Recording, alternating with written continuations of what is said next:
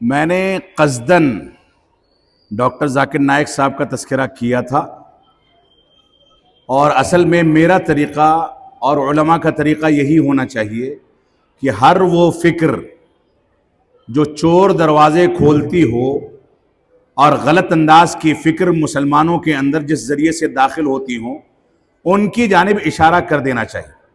Doctor Zakir Naik صاحب در حقیقت قرآن و سنت کی آیت نمبر اور دلیل نمبر تو بیان کرتے ہیں، لیکن آپ اگر تفصیل کے ساتھ ان کے خطابات سنیں گے تو ان کی تقریروں میں کہیں بھی اقوال صحابہ یا علماء کے اقوال نظر نہیں آئیں گے۔ جب علامہ البانی کی بات آتی ہے تو ان کی تردید کر دیتے ہیں۔ 500 سال میں حدیث کی خدمت انجام دینے والا اتنا بڑا محدث پیدا ہی نہیں ہوا، اور علامہ البانی کا تذکرہ آئے تو ان کو بڑے حقیر انداز میں ذکر کر کے نکل جاتے ہیں۔ شیخ ابن باز کی تردید کر دیتے ہیں، غلط انداز کے عقائد کی ترویج کرتے ہیں، کہتے ہیں کہ اگر کوئی رسول اکرم صلی اللہ علیہ وسلم پر ایمان نہ لائے اور اس کا ایمان قرآن پر اور ساری چیزوں پر ہو، اللہ رب العالمین پر ہو، لیکن اللہ کے رسول صلی اللہ علیہ وسلم پر ایمان نہ لائے تو کیا وہ جنت میں داخل ہوگا؟ ایک عیسائی نے سوال کیا تو کہتے ہیں کہ ہاں امکان ہے کہ وہ جنت میں داخل ہو جائے۔ یہ عقیدے کے خلاف ہے۔ اس کے علاوہ وہ ڈاکٹر اسرار کو پروموٹ کرتے ہیں۔ ڈاکٹر اسرار کے شاگرد ہیں، اور ڈاکٹر اسرار موجودہ دور کے خارجیوں کے امام ہیں اردو دنیا میں، اردو بولنے والوں کے درمیان۔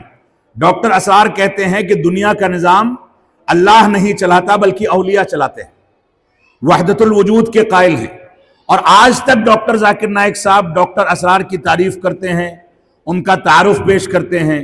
ہندوستان کے مختلف علاقوں میں ڈاکٹر اسرار کو بلا کر کے انہوں نے لوگوں کے سامنے ان کا تعارف پیش کیا۔ اس کے علاوہ عقیدے کے باب میں اور مسائل کے باب میں، احکامات کے باب میں بہت ساری بڑی بڑی غلطیاں ہیں جو ڈاکٹر ذاکر نائک صاحب سے سرزد ہوئی ہیں۔ علماء نے ان کے سامنے اس کی تنبیہ بیان بھی کی ہے، لیکن انہوں نے کبھی رجوع نہیں کیا۔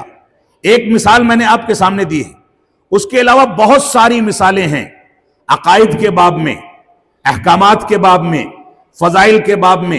اللہ کے رسول صلی اللہ علیہ وسلم کی احادیث کی تعویل تک انہوں نے کر رکھی ہے۔ معنی صحابہ کرام نے کچھ اور بیان کیا ہے اور ڈاکٹر ذاکر نائک صاحب کچھ اور بیان کرتے ہیں۔ اور ابھی پاکستان کا جو ان کا دورہ تھا، سرکاری دورہ، اللہ رحم فرمائے اس دورے پر، اس کے اندر ان کی جہالت جس انداز سے ابھر کر کے سامنے آئی ہے، اس کے بعد بھی اگر کوئی ان کے عقائد اور منہج کے بارے میں سوال کرتا ہے تو اس کا مطلب یہ ہے کہ سوال کرنے والے کو کچھ بھی علم نہیں ہے۔ اللہ رب العالمین ہر گمراہ شخصیت سے ہم کو محفوظ رکھے اور قرآن و سنت کی پیروی کرنے کی توفیق عطا فرمائے۔